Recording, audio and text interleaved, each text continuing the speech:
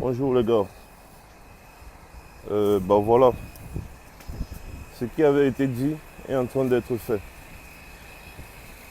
Je vais un peu essayer de m'asseoir ici pour vous expliquer rapidement avant de continuer. Parce que là, je suis en train d'aller. Oh, je suis en route. Je suis en train d'aller muscler en préparation du 18. Parce que le 18, il faut que je sois en forme. En forme le 18 là, ça va chauffer. Entre temps, il y a un truc qui est en train de se passer actuellement au pays. Je viens de recevoir l'information de sources sûres et dignes de foi directement de la présidence. Cette information vient directement de la présidence, comme ça là, que pian. Je vais même vous dire que cette information vient du cabinet civil de la présidence de la République. A tout dit, c'est chaud. Les gars sont en train de ils sont en train de se préparer pour la suivi de leur espèce.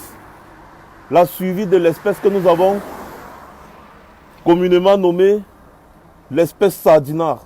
Ils sont en train de préparer cette suivi. En fait, ils ont déjà franchi plusieurs étapes.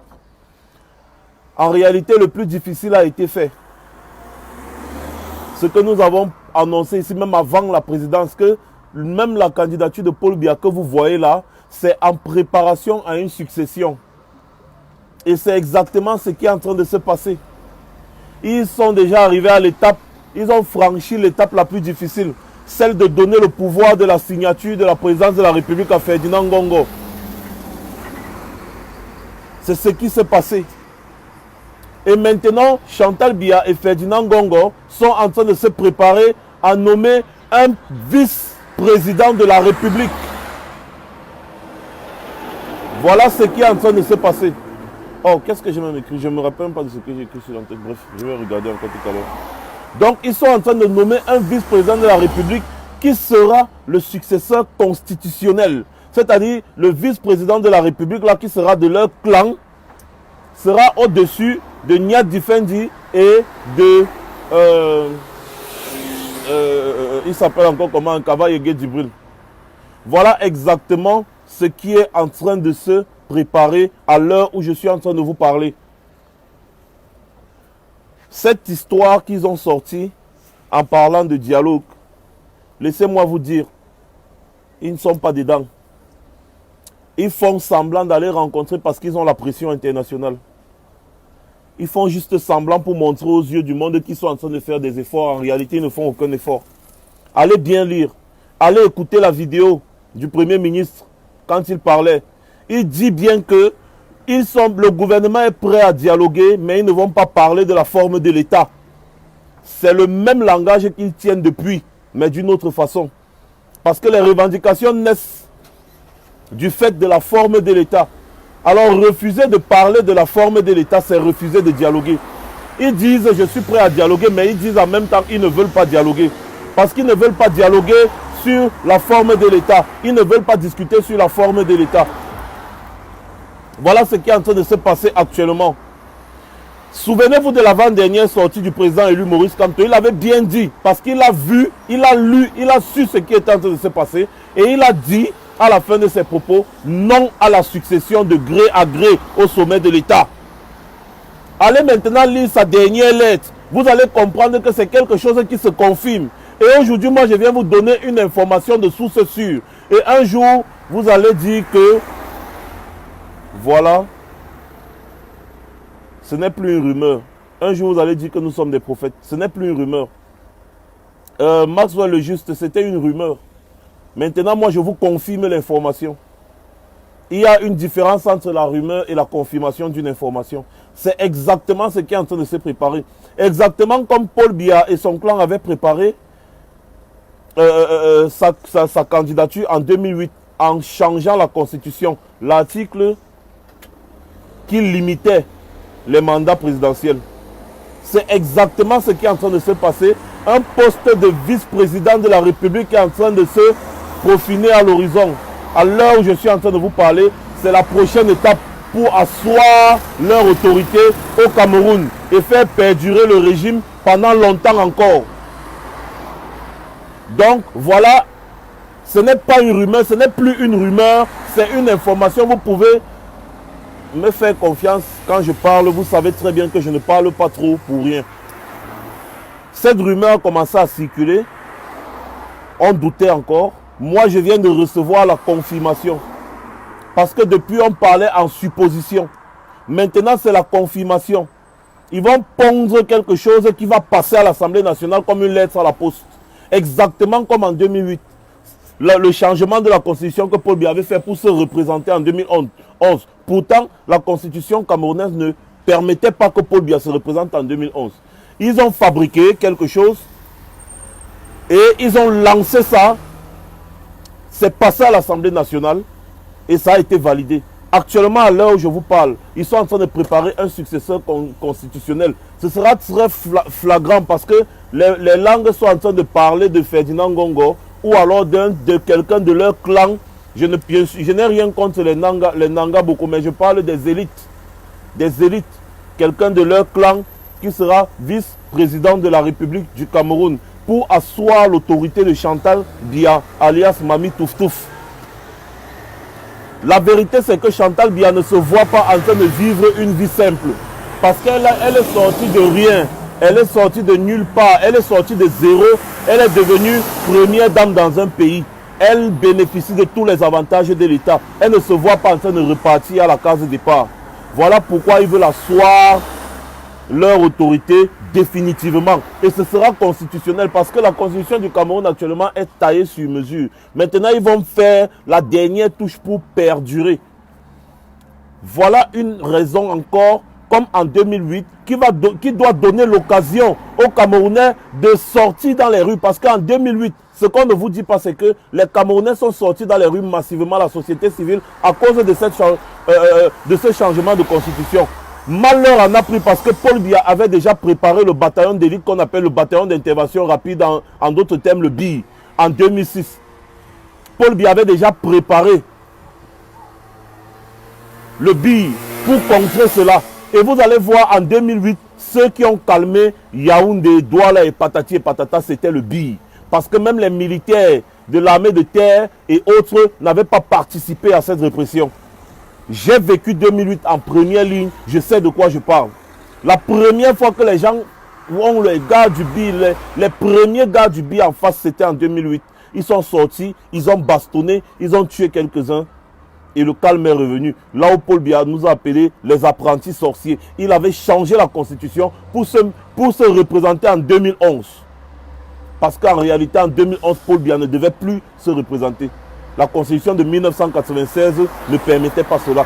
C'est ça qui est en train de se passer actuellement. La constitution sera changée et il y aura un vice-président qui va succéder à Paul Biya. Ne soyez pas surpris quand on vous annonce la démission de Paul Biya parce que le monde entier est en train de demander la démission de Paul Biya actuellement à l'heure où je vous parle. Et Paul Biya, on va annoncer sa démission après qu'il ait mis quelqu'un qui va faire perdurer son régime. C'est ce qui est en train de se passer avec Chantal Biya et tout ça. Voilà ce qui est en train de se passer.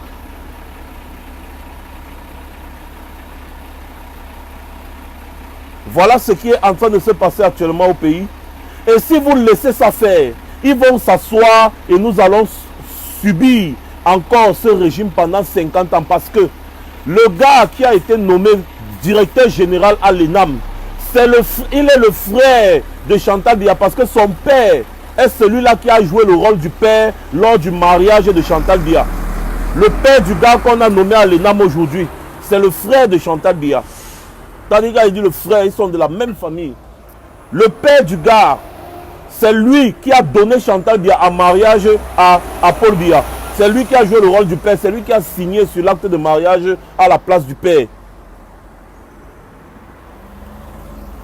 Le monsieur qu'on a chassé à l'ENAM, c'est parce qu'il avait émis c'est-à-dire il avait refusé d'accepter la liste que Chantal Biya avait envoyée à l'ENAM. Il a eu des problèmes, on l'a chassé. C'est exactement ça. Elle est en train d'asseoir son pouvoir. Elle est en train d'asseoir son autorité. Et je ne serais pas surpris que ce soit toujours Ngongola qui soit nommé vice-président de la République. Je ne serais même pas un peu surpris que ce soit lui. Même pas un peu surpris. Ce sera très flagrant, mais je ne serais pas surpris que ce soit lui. Mais sachez que la constitution est en train d'être changée. Et ils vont mettre un vice-président de la République qui sera le successeur constitutionnel de Paul Biya pour faire perdurer leur pouvoir. Voilà ce qui est en train de se passer. C'est ce que je voulais vous dire. Et le peuple ne doit pas laisser ça. Ce n'est pas une rumeur, c'est la vérité. Ce n'est pas une rumeur. Ce n'est pas une rumeur, c'est la vérité. Et c'est quelqu'un du haut sommet de l'État qui n'est pas d'accord avec cela. Quelqu'un qu'on est en train de mettre à l'écart, qui a révélé cela, qui a dit que ce que vous êtes en train de voir là, voici ce qui se passe, voici ce qui va se passer, et voici ce qui va se passer dans les jours, les semaines ou les semaines à venir. C'est exactement ce qui va se passer. Et demandez au peuple camerounais de refuser que ça arrive. Il est inutile d'attendre que les gars changent la constitution. Vous entendez seulement que, voilà, pour les mesures d'apaisement, on a décidé de mettre un vice-président de la République qui sera un sardinat. Pour les mesures d'apaisement, on a décidé de mettre un vice-président de la République et patati patata, c'est monté, c'est descendu. C'est exactement ce qui est en train de se passer actuellement à l'heure où je vous parle.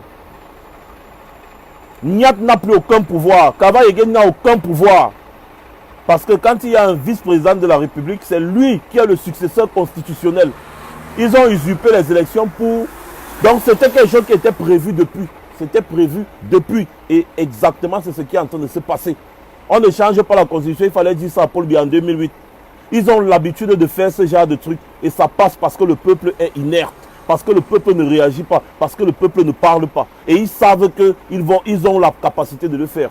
Parce qu'ils savent que le peuple ne parle pas. Et ça va passer comme une lettre à la poste si le peuple effectivement ne parle pas. Peuple camerounais, le régime kleptomane, usurpateur de Paul Biya et ses amis est en train de vouloir perdurer encore 50 ou 100 ans à l'heure où je vous parle. Ils sont en train de mettre les mesures sur pied pour perdurer. Pour faire un coup d'état constitutionnel, ils l'ont même déjà fait. Le coup d'état constitutionnel est fait. C'est Ferdinand Ngongo qui signe tous les dossiers présidentiels à l'heure où je vous parle. C'est Ferdinand Ngongo qui joue le rôle de président de la République au Cameroun à l'heure où je vous parle. Tous les décrets, tous les arrêtés qui sont signés à la présidence sont signés par Ferdinand Ngongo. Toutes les nominations qui viennent de la présidence, ce sont des nominations signées par Ferdinand Ngongo. Tous les ministres que vous allez entendre qui vont être nommés ou bien limogés, c'est Ferdinand Ngongo qui va les nommer et les limoger. C'est Ferdinand Ngongo qui a le pouvoir de la signature de la présidence de la République à l'heure où je vous parle. Le coup d'état constitutionnel est déjà passé à sa plus grande étape. Maintenant, ils vont seulement faire ce qu'on appelle la finition.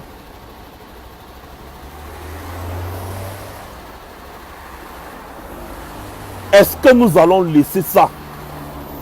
Est-ce que nous pouvons laisser ça? Quelle est notre responsabilité, nous, les citoyens camerounais? Quelle est notre responsabilité? Est-ce que nous allons laisser ça? Est-ce que nous allons laisser ça? Moi, je vous dis, les militaires appellent, mais ils ne peuvent pas faire des appels ouvertement.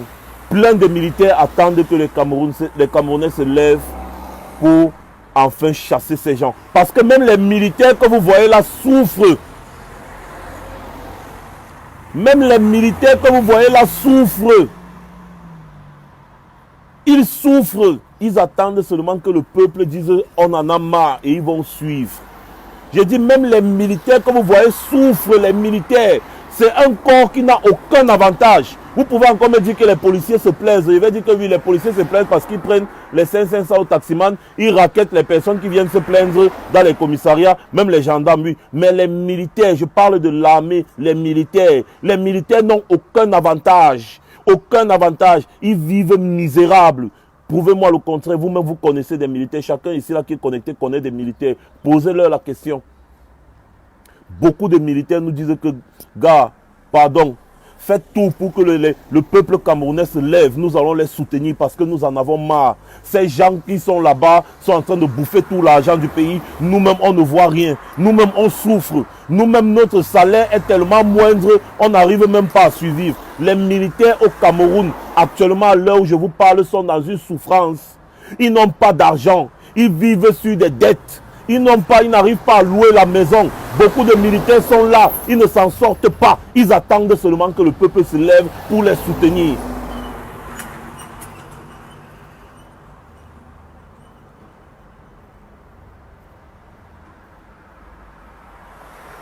Je vous le dis, je parle avec beaucoup de militaires. Je parle avec plein de militaires. Ils n'ont aucun avantage. Ils sont là comme vous voyez là. Quand ils veulent un peu dire, on va les flatter, on va un peu dire que bon, votre salaire va passer vite ce mois-ci. Votre salaire va vite passer ce mois. On leur donne vite leur argent et après le mois qui suit, les gars sont dans la souffrance. Les militaires dont je vous parle, la majorité, je vous ai dit au moins 90% des militaires. Le reste là, les 10%, ce sont c'est la milice de Paul Biya. C'est sa milice. Les gens qu'il a ramassés partout dans son village pour mettre autour de lui. Mais les militaires qui ont signé vrai honneur et fidélité sont en train de souffrir. Les militaires vous appellent.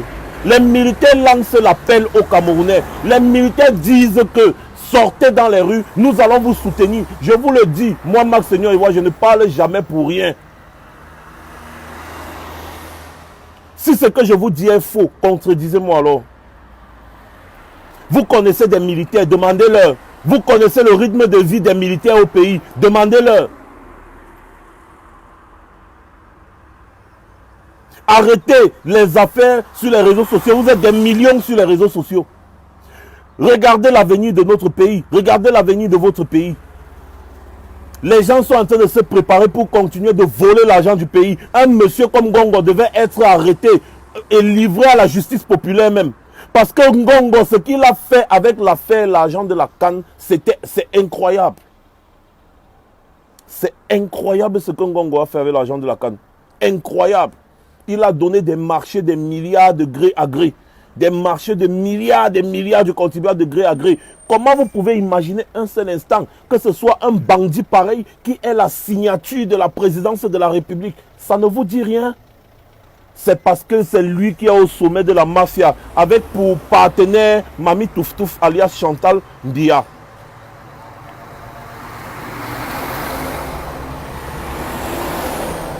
Voilà la mafia au sommet de l'État du Cameroun. Des milliers de milliards envolés, virés vers les paradis fiscaux. Des milliers de milliards de l'argent du contribuable. Vous qui aimez le football, les milliers de milliards qu'ils ont volés là pouvaient construire des stades dans tous les départements du Cameroun. Des milliers de milliards, les gars. Maintenant, ils sont en train de se préparer à c'est-à-dire, ils se sont même déjà arrangés. Maintenant, ils vont juste faire les choses légalement. Ils ont commencé avec la signature unilatérale, universelle de Ferdinand Ngongo. C'est lui qui signe tous les dossiers à la présidence. Tous les dossiers, c'est Ferdinand Ngongo. Et je vous ai dit hier qu'ils ont mis ça dehors pour flouer la lettre que le président élu a écrite aux Camerounais. Parce qu'ils savaient que ça allait faire le buzz. Ce ne sont pas nos informateurs qui ont mis ça dehors. C'est quelque chose qui est dehors depuis le 5 février. Les militaires ne peuvent pas prendre les devants parce que le coup d'état militaire est interdit par tout le droit international, par les organisations internationales. Le coup d'état militaire est interdit et sera combattu. Les militaires ne peuvent pas prendre les devants de cette révolution. C'est interdit.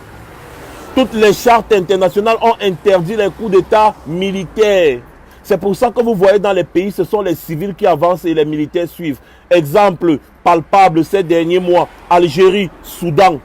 En Algérie, dès que le peuple est sorti, les militaires ont dit, hop, c'est bon. Ils ont dit au président, monsieur, tu démissionnes, c'est terminé. Au Soudan, dès que le peuple est sorti, pang, les militaires ont dit, hop, c'est bon. Monsieur, tu démissionnes, on l'a même arrêté, on l'a foutu en prison. Les militaires ne peuvent pas prendre les devants tant que le peuple n'a pas pris les devants. Je vous dis, 20 000, 30 000, 50 000 Camerounais à Yaoundé, vous allez voir le Voirat. Vous allez voir le Voirat. Les militaires en ont marre de cette histoire. Ils en ont marre de cette histoire. Mais ils ne peuvent pas, parce qu'ils sont pieds et poings liés. Ils ne peuvent pas prendre les devants. C'est le peuple qui prend les devants. C'est le peuple qui va prendre les devants et les militaires vont soutenir. Les militaires ont plusieurs manières de soutenir. Ils peuvent refuser d'obéir aux ordres des politiciens. Ils disent, nous restons dans les casernes, nous ne sortons pas. Oui, les militaires disent, nous restons dans les casernes, nous ne sortons pas. Vous laissez le peuple s'exprimer un point, un trait. C'est comme ça. Ou alors, ils vont sortir et ils vont demander aux politiciens là c'est-à-dire d'obéir et de respecter la volonté populaire. Je vous dis que c'est le rôle que les militaires vont jouer actuellement à l'heure où je vous parle. Ils n'attendent que ça parce qu'eux-mêmes, ils en ont marre. Qui est content de voir son pays en guerre partout alors qu'on pouvait dialoguer? Qui est content de voir son pays aussi délabré? Personne. Même les militaires que vous voyez là, ils ne sont pas contents d'aller en guerre.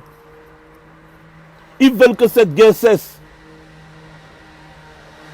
Ils veulent que cette guerre cesse.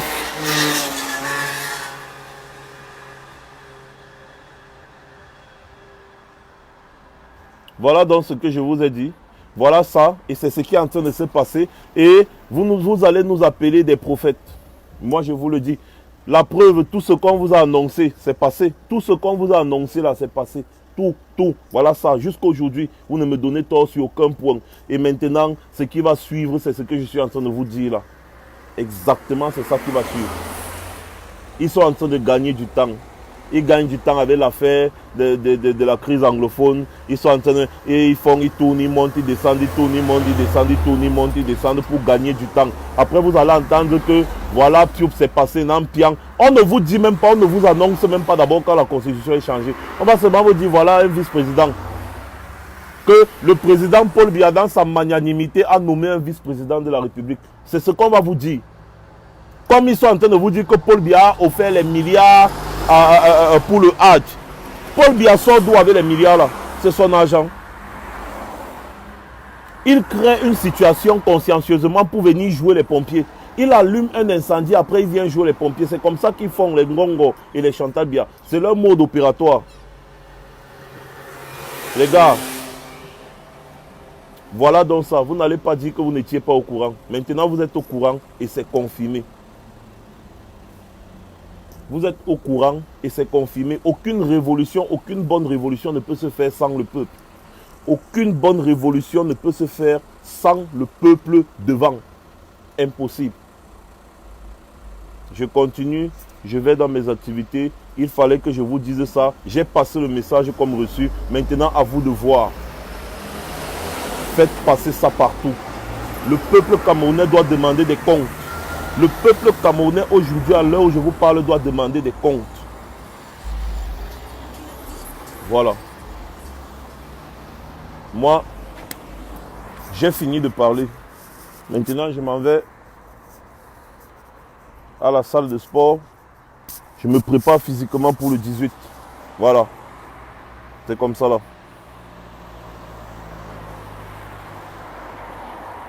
Ça me fait tellement mal. Quand je vois comment tout ce qui est en train de se passer est en train de se passer et certaines personnes sont assises dans les bars en train de boire les bières, ça me fait tellement mal. Mais au moins, si j'ai passé l'information, et moi j'ai dit, l'option, c'est que le peuple se désolidarise de tout ça et que le peuple descende dans les rues. C'est tout. Descendez dans les rues. Désolidarisez-vous de tout ça. Voilà. Quand on est en train de parler des choses importantes, des cochons comme Pouti, Vladimir, là, viennent toujours ouvrir leur gueule. Il faut venir en face de moi, ouvrir souvent votre gueule pour parler là. Ne vous cachez pas derrière Facebook. Venez en face pour parler comme ça là. Ça, c'est le genre d'individu que si j'attrape, je vais manger ses dents. Je vais manger ses dents. Quand on est en train de parler des choses aussi importantes, cruciales, des gros totos feignants vont toujours venir là, derrière les faux profils, taper du n'importe quoi. Viens me dire ça en face, venez me dire ça en face. Vous savez là où je suis tout le temps. Vous vous cachez toujours derrière Facebook pour venir parler, distraire les gens. Venez me dire ça en face. Le 18, nous serons tous encore dehors. Venez en face me dire ça. Je vais manger les dents de quelqu'un. Parce que quand les gens sont en train de mourir, il y a toujours des idiots qui viennent pour se faire voir. Il faut venir me dire ça en face. Des malades mentaux comme ça là. Attends, je bloque même dans les bêtises là.